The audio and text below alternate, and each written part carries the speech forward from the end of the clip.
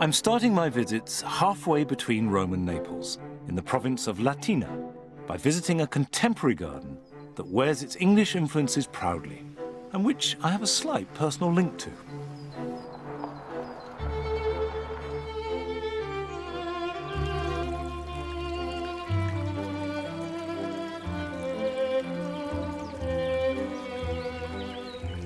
There is absolutely none of the sub-hotel formality that can be the default position for many houses of the very rich.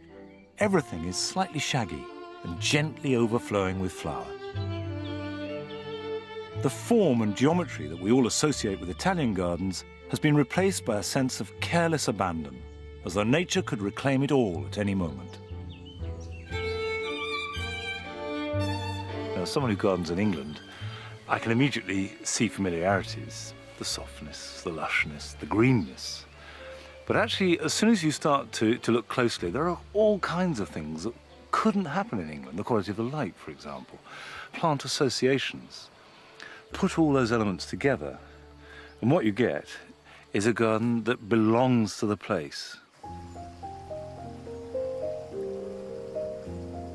Torrecchia's very modern horticultural informality is the creation of an Italian, Lauro Marchetti, and the British garden designer, Dan Pearson. And today, it's under the guidance of Stuart Barfoot, who was Dan's assistant and worked for me in my garden 17 years ago. This is the first time I've seen him in all those years. We have this idea that Italian gardens are crisp and formal and clipped.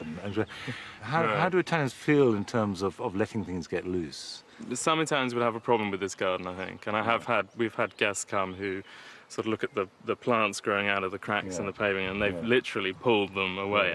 They're rushing after them to stop them. Even my garden. Yeah, and I had a very apologetic lady once who I stopped, and she said, "Oh, I thought I was helping you."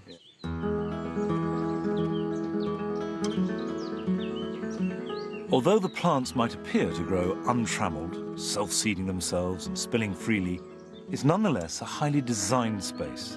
What appears to be a jumble of flowers actually follows a restrained and carefully controlled colour palette.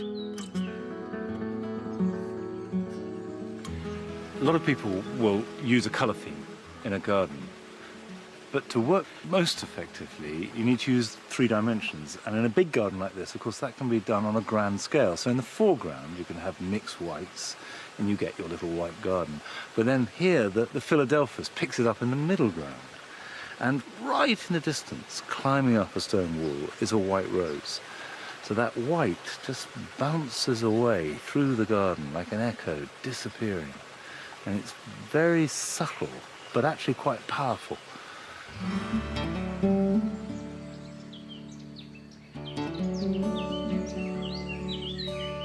The southern Italian climate means that there are combinations of plants that are familiar, but which you would rarely get to flower simultaneously in Britain, such as these foxgloves, aquiledias, and tobacco plants.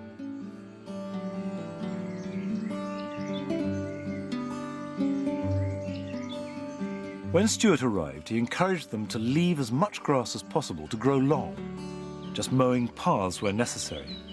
And his latest addition to the garden is a wildflower meadow. We sort of blitz this every autumn. We cut everything down, take it away, rotivate. So it's an annual meadow? It's an annual meadow, yeah. Mainly corn chamomile, cornflower, and a few poppies. Now, obviously, a bit of the garden like this will only look at its best for what, 3 weeks maximum? A few weeks, yeah. But we've got a luxury in that sense because this space really wasn't being used. And I thought, let's do something that looks really amazing, and it doesn't matter if it looks amazing for only a few weeks. And how does this go down? People love it. Do they? Oh, yeah. Right, they don't think you're balmy. Balmy Englishman coming in. No, most people love it, yeah. Although Torrecchia was begun in 1992, this informal style of gardening first appeared in southern Italy much earlier.